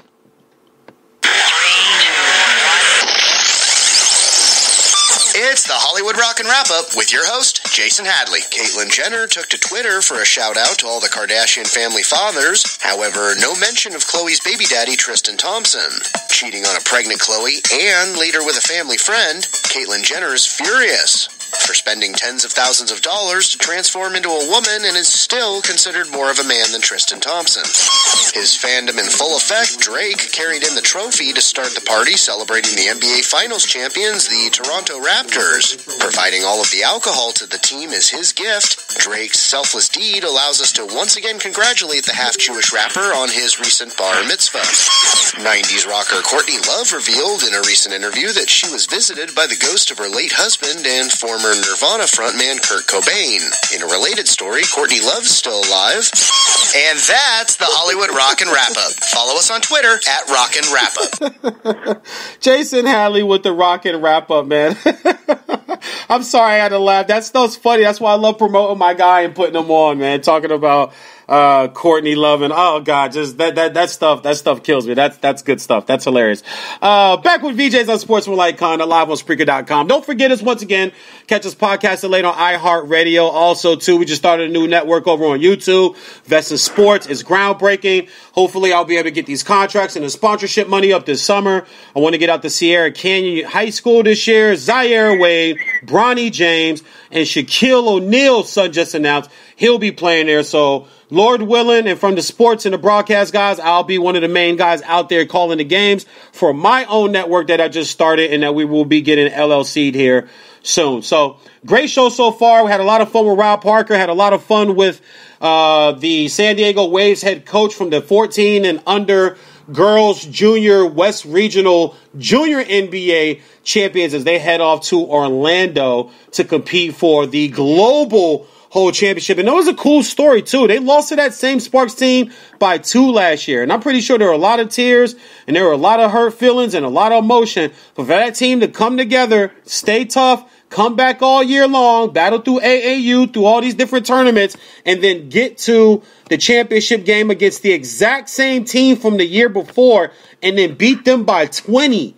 and now heading off to the championship round for the whole caboodle, for the whole shebang in Orlando in August got to be a really cool feeling. So shout out one more time to the San Diego Wave, their head coach, Kareem Hall, and his star player, young lady, which is a top 15 player in the class of 2023 right now.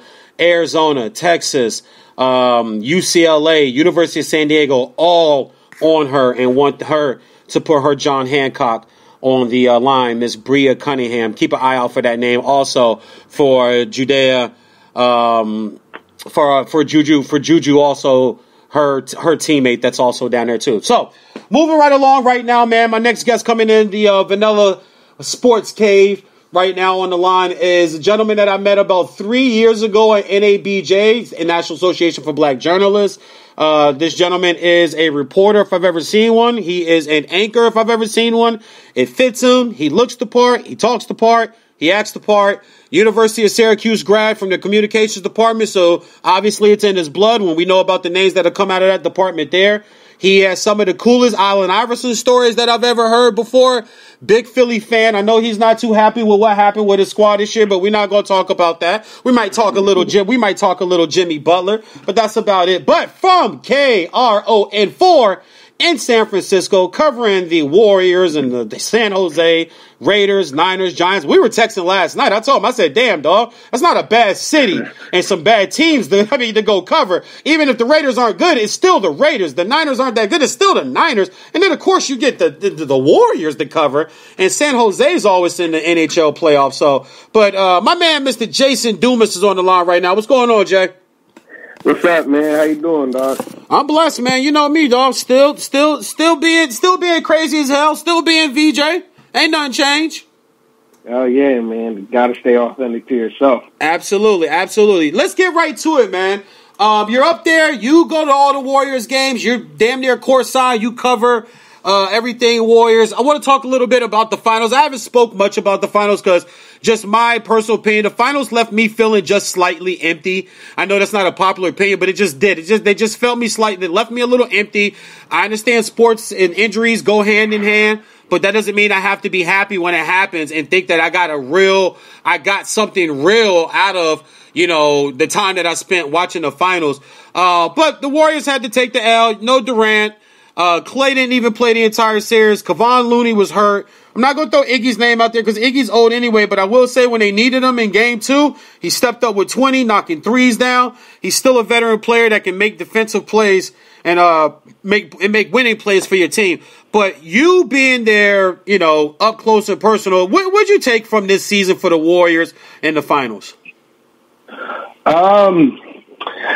It was, I kind of share your sentiments. It was really bittersweet. I don't like taking anything away from the Raptors. I was happy for them as a franchise. I was happy for Kyle Lowry, pride and joy of North Philadelphia, from the fighting city of Philly. Yep, Kyrie's a Philly kid. Yep, brought home the chip. So it had nothing to do with them, but just seeing the Warriors they were a shell of themselves for most of the postseason, not even just the finals, most of the postseason. You mentioned Kevon Looney. He was hurt. Everyone talks about DeMarcus Cousins because, he's had such a great career up to this point. But all season long, Kevon Looney was the Warriors' best big man. It wasn't even really debatable. So he gets hurt. That was a huge loss. People don't talk about that much. Obviously, Kevin Durant goes down. DeMarcus Cousins, after he battles back from that Achilles, he ruptured his quad, and then Klay Thompson tearing his ACL. It was tough, just almost on a human being standpoint, because when you cover these guys every day, you get to know them on a personal level. I'm around these dudes almost more than I'm around my own family. I'm at practice every day. I'm at the games. And so when you see them go down, it doesn't matter what you feel about Kevin Durant, what you feel about his decision to go to the Golden State Warriors in the first place.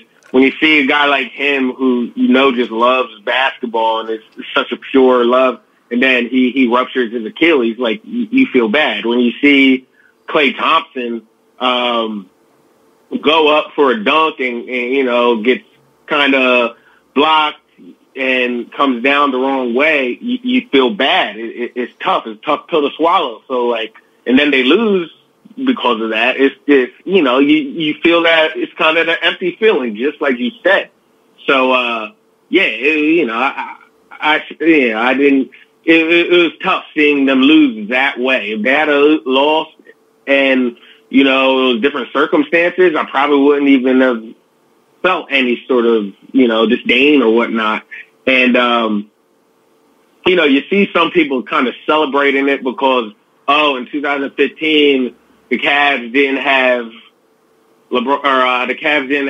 Kyrie Irving and Kevin Love. So people are like, I don't feel bad. Hey, that's just a flawed way of thinking. Like, any rational mind, no one celebrated the fact that Kyrie and Kevin Love got hurt. When Olenek ripped Kevin Love's shoulder out of his socket in the couple of series before the finals, I was upset.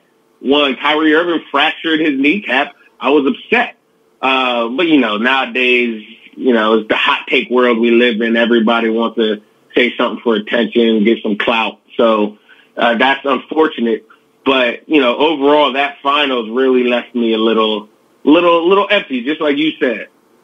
Yeah, and I'm glad you brought up the whole thing about people, the clout chasing, and because if you've been, I don't know how you look at my Twitter. I've been going on a rant the last 2 to 3 weeks because I'm tired of it, and I'm saying, you know what, I'm going to be one of the guys that actually bring real sports talk back to TV and back to the radio, because this thing where people are just saying things like, I enjoyed watching Shaq just hand Hollins his ass yesterday.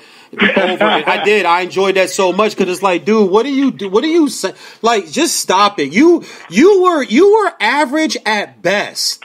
And I know that, and listen, I know that's not fair to say for certain reasons, but honestly, and it doesn't mean he doesn't know the game, but don't you gotta kind of be like somebody that was good to be able to have that type of fist pounding about this player and that player, and it's like, bro, you had to at least be like kind of good. You can't have been a marginal average guy to say the stuff that you're saying. And in this hot take era we live in, where now Max Kellerman was now Kawhi's better than Kobe. Like, stop it, dude. Like, let's like, what we gonna say next? Like, Westbrook's better than AI. Is that the next thing that comes? I remember when people used to say Chris Paul was better than AI, and I used to go off on guys like, bro, stop it. You're living in the moment, and right. This is crap. And I'm glad you brought that up, especially about the injuries, because, and I know this is gonna sound like LeBron hating, but it's just the facts. If you brought up the fact that Love and Kyrie weren't there for LeBron, then you got to say the same thing for Steph. And I'll use that to segue to Steph. You're up there, like you said, you're around them every day. You're at the practices, you're at the games, you're courtside, you're in the back hallways, you hear things, you see things. I have one question, man, and I can't figure this out. I think I have a theory, but I don't know if it's right. Why don't people like Steph Curry? It's a good question, man. That's a loaded question too. It's a great one, but it's a loaded question. There's so many reasons why people. Yeah, it's loaded, but you can take whatever load you want. Yeah, well, I mean, you got the physical reason. Just a light skinned cat. Light skinned cats get hated on. Yeah, sometimes it's just true. You're a light skinned cat. You've probably experienced some of that. You light skinned, you're soft. My entire life. I've even been guilty of that. Half the time people say it is tongue in cheek, but every joke, there's a little bit of seriousness behind it, whether people want to admit it or not. So you got that, and so you got that dynamic. And let me say, before I go on, let me just say, I've been around a lot of basketball my whole life. One of the toughest players, toughest minded people I've ever covered is Klay Thompson. And that guy is, light as vanilla. Yeah. So we can debunk that right now. Klay Thompson is a killer. So you got that. You got the fact that his rise was so meteoric. It just was so fast. It was just this kid from Davidson came into the NBA. Obviously, he was a lottery pick, so it wasn't like he was under the radar. But he got hurt his first couple of seasons, and then all of a sudden, 2014 comes, and this dude is just like, holy shit, he might be the best player in the NBA. he might be the best player in the NBA. Now, whether that's right or wrong, that's a whole different topic. But the fact that people even are saying it just shows how good, how fast he got, how good he got. So it's like, wow, he came up so fast. People don't like that all the time. Then you got the LeBron fans, obviously. And, LeBron went to Miami and people thought it was going to be his NBA until otherwise noted. And then all of a sudden you got this little skinny light-skinned kid just shooting up the charts. Yep. It's like, wait, I thought this was LeBron's era. Like, nah, he had different plans. So, and it just all happened. So a lot of it is envy. A lot of it is just the fact that, it happened so fast and, people like things sticking to order. And that didn't stick to order. Steph Curry came out of nowhere. He really did. I know he was a lottery pick. I know he was the first team All-American at Davidson, blah, blah, blah. But it's still, no one saw this coming. I know I didn't. And the people who said they did see it coming probably going to lie. No one saw the way he's impacted the NBA because he's really impacted the game in so many ways. Globally. These young globally, not just the NBA. Yeah, these young kids, they're shooting threes from 40 feet. That's because of Steph Curry. Yep.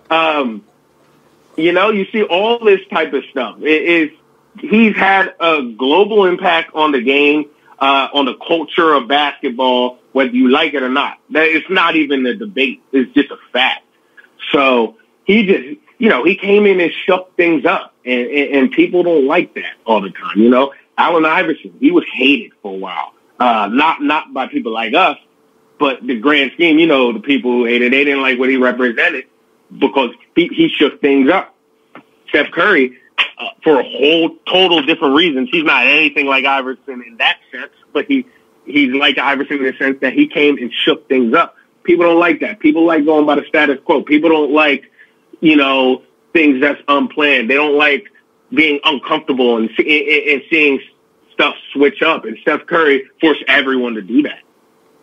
And I'm with you on that. It's the way he changed the game. He pretty much did it single-handedly. And you're right. People don't like when things get disrupted. I think that's why this whole AD to Lakers has all the TV shows. And I hate this. Like I said, it's going to sound like LeBron hated, but it's almost like the NBA and the media, most of the media, not all, but most of the media and the TV shows and radio shows, for some reason, they don't want anybody else to win but him. So whatever happens, right. It's like, oh no, it's okay that they got AD, but it's like, okay, but you didn't like what Durant did, and here's the contradiction that I hate.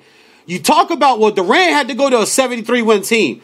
These are the same people that out of their mouth say, well, that 73-win team don't mean nothing because they didn't win it. So then why do you care that he went there then? They didn't win it. You so-called says it don't count and it don't matter, but you're mad that he went there. If he didn't went to Cleveland, you'd have had no problem with it, because then people would go, hold on, man, how you go join LeBron, Love, and Kyrie, and they just was in the... It would have been... It's almost like it's okay for certain players, but for other players, we don't like it. Like, there are people who take joy in watching Curry lose. They took joy in watching, like, Durant go down. They took joy in watching Klay Thompson go down. And now this year, I'll admit, it probably is going to be wide open in the West, and the Lakers probably are going to be the front runner because you do have LeBron, you do have AD. They're probably going to add a player. I don't know who it's going to be. Could be a Kemba, could be Jimmy, could be Kawhi, could be, I don't think it's Kawhi, but it could be. I don't know. But at the same time, they will hype it as, oh, now they're back. It's like, well, hold on.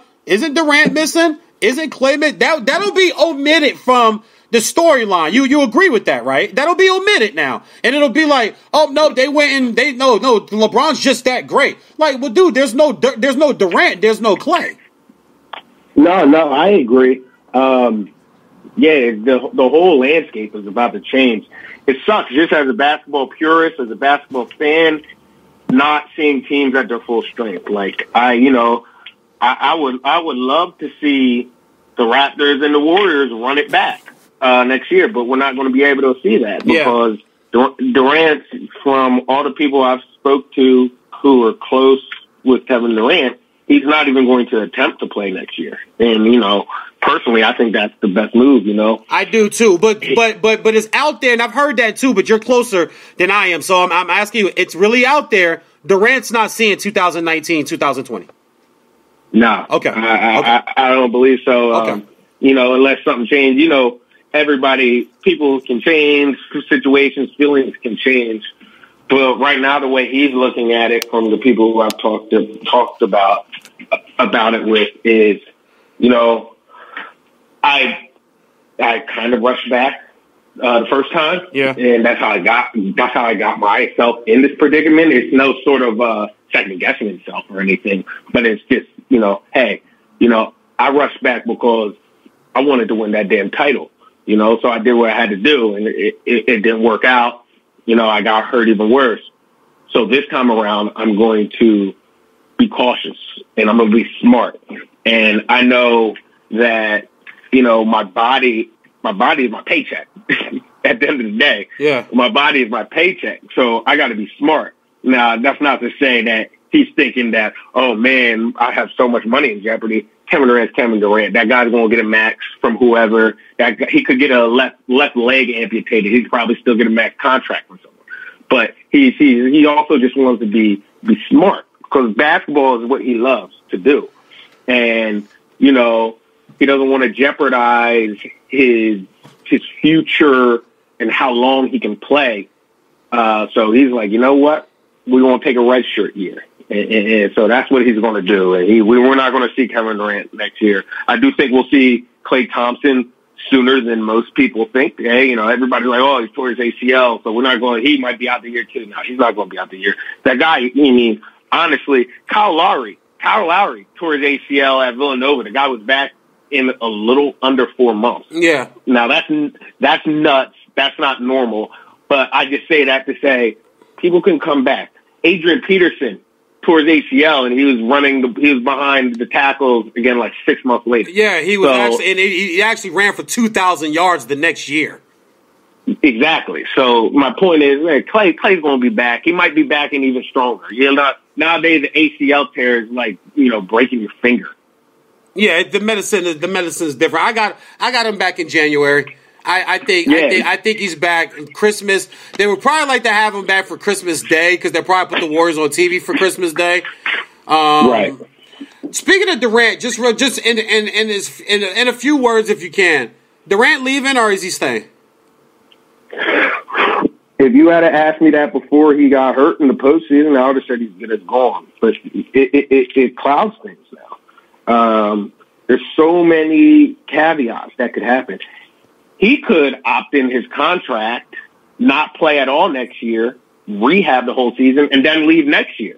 So he could literally just stay with the Warriors just to rehab. Yeah, rehab for $31 million. Yeah, rehab for $31 million and then leave. Yep. Or he could be like, you know what? This injury was a real eye-opener for me. I'm going to sign that 5-year Supermax. And, because nothing's given. Or he could just be like, you know what? My injury was botched and it was really messy. There are so many differing opinions. I just want a clean face. I'm going to go to the Knicks and I'm going to be with their rehab team. I'm going to be where my agent is set up. I'm going to be where my media company is set up, and I'm going to live in New York. So, I'm not going to say. I know as a reporter, you want info, but I have no damn clue what he's going to do. Yeah, I thought for sure he was out. Now I don't know. It's just that injury clouds everything. Why would you go to New York though? Why not? I like the idea of the Supermax. And say, you know what? We ruffled some feathers, but Shaq said it. Yes, that's what I said. I loved Shaq on TV. Shaq needs to do more of these shows, man. He really does because he brings a real perspective to it, as to say, listen, every championship team got beef. There's not a championship team in any sport that don't got some beef. It's respectable beef. When you try to make it and maybe Draymond made it a little disrespectful. And I told somebody this back in, I think it was October or November. If there was anything as far as keeping Durant, I'd let Draymond go. Because I know he's listen, I know he's a glue guy, but let's get real. One of the reasons why they fell down the way they did in Game 3 is because no one fears him from scoring. In today's NBA, you could be all the glue guy, you could be all the Elmers and the super glue you want to be. If they don't fear you from scoring, it's going to affect your team. And it really does. And it really affected them, I thought. Oh, I know. I get that too. I was pretty critical on Draymond most of this series because there's so many times where they needed him to score. Yep. And he's deciding to pass the ball before he even gets it. And, like, it's one thing if you're passing the ball to Kevin Durant and Klay Thompson, but it got to a point where it's like the ball's getting swung to you. You're not even looking to score. You're swinging it. You're making an extra pass to Jonas Jerebko. Like, dude, what are you doing? What are you doing, exactly. Dre? Yeah. He said at one point, like, someone asked him, like, why don't you shoot more? This was earlier in the season, and he was like, like, the extra pass, like, maybe a contested shot by Klay Thompson is better than an open shot by me. He said that, and I could get down with it. I was like, hey, he probably has a point, but that wasn't the case anymore. Once it got down to it, it's like you have to switch your mentality right now, Dre. Yeah. You got to be an aggressor. Even if you aren't even hitting those shots, be aggressive, try to score, and they're going to play you different. Yep. But there was a point where it's like, it's 3-on-5 right now because they know Draymond and Andre Iguodala ain't going to shoot the ball. There was a point in Game 5, they won Game 5, the Warriors, but there was a point where I tweeted, I was like, take Andre Iguodala out of the game. Yep. Because he is literally, he doesn't even want to touch the ball on offense. Like, it's almost like a hot potato, and you can't play that way. It makes your team as a team so easy to guard. And so yeah, I mean the Warriors aren't dumb. They have very, very good business acumen. No matter what you say about Bob Myers and that press conference after KD got hurt, I know some people say it's crocodile tears. I didn't like that. I didn't mean to interrupt. I hated that because I never like when people try to judge other people's emotions. And I think we did it with T.O. when he cried about Romo. And I never dove into that. It's almost like, well, how do you know? Like, I think that's where this entitlement in the sports media comes. It's like, dude, how do you know he doesn't really care about they all agreed for him to play. They didn't hold the gun to that man's head. He wants to play. Oh, no. But I'm trying to say the same thing. Everybody's blaming the Warriors. Look, if you think Kevin Durant, this mogul, this entertainment mogul who is worth so much money, who has his own team of doctors, who has his own agents. His agents has agents. He has his mother, his brothers. He has a whole team. If you think the Warriors were just blindly told him to play and he didn't have any say in it, you're crazy. He wanted to play. And KD is not shy. If he thinks he was forced to play, he would have said it. He would have when he came out and made that Instagram post and said, you know what? It was my decision. I did what I did.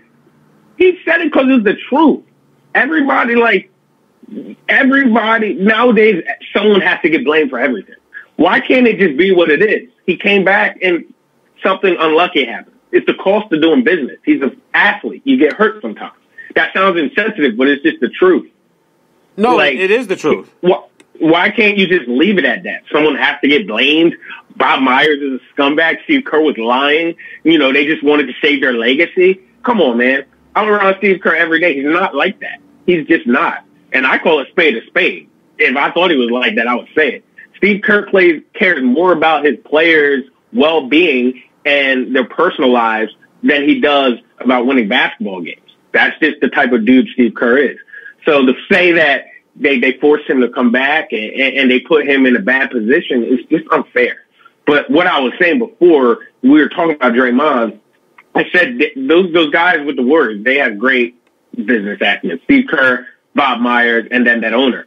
And if they were dealt a situation where it was KD or Draymond, Draymond would be on the first thing smoking. You know, they want KD there for the long run. That's another reason why it's so stupid to think they would jeopardize KD's health. Yeah. Because they want KD to retire a Golden State Warrior.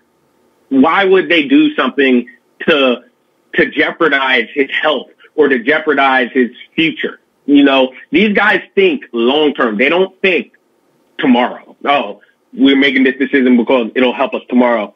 They think we're making this decision because it's going to help us in 2024. You know what I mean? So they wouldn't even do that to KD.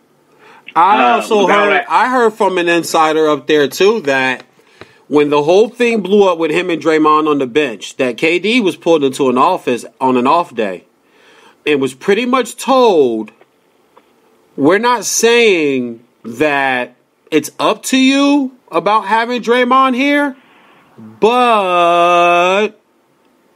And I was kind of left at that. I had someone text me, at a source of mine up there, who texted me that, and I said, sounds about right. I said, and they were right to do that, because even Steve Kerr, the famous clip all year is, I'm so tired of Draymond's shit. Like, he can try to say whatever he wants to say. We all heard what you said. We all read your lips, bruh.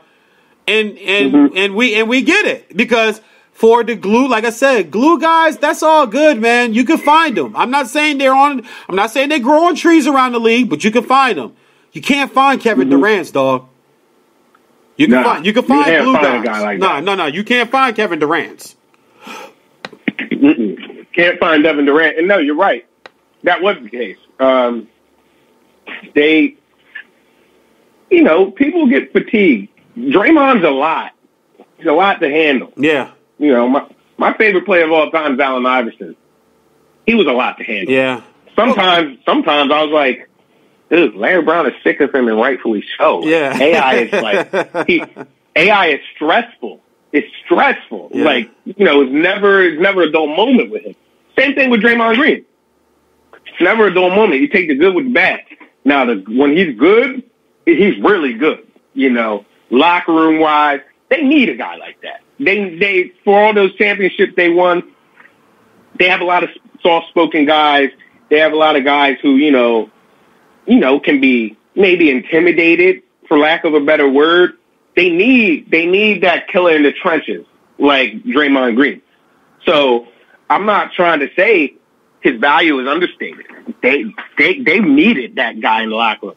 But, sometimes it can rub people the wrong way.